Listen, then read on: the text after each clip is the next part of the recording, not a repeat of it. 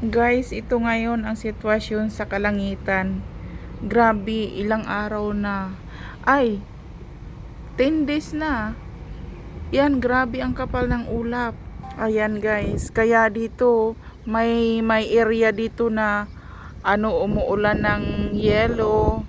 Tapos yung iba, yung bundok nagkaroon ng fall sa sobrang lakas ng ulan.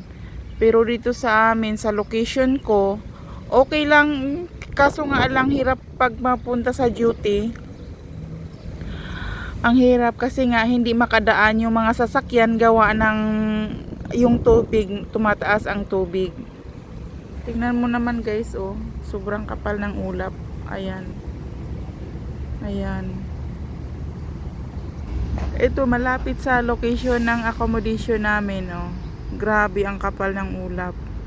Hanggang mamayang gabi ito uulan. Tapos ang problema pa naman, pumapasok sa bahay ang tubig.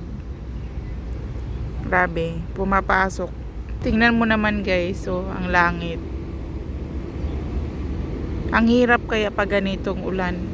Lalo na pag kailangan mong mag-toilet, lalabas pa. Depende kasi itong accommodation na natuto ko dito.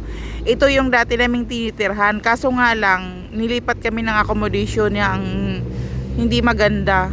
Paglabas mo langit na kaagad. Kaya pag umulan, sobra diretso ang tubig sa loob kasi pinto kaagad. Tapos pag init naman, paglabas mo ng kwarto, langit na kaagad, sobrang init.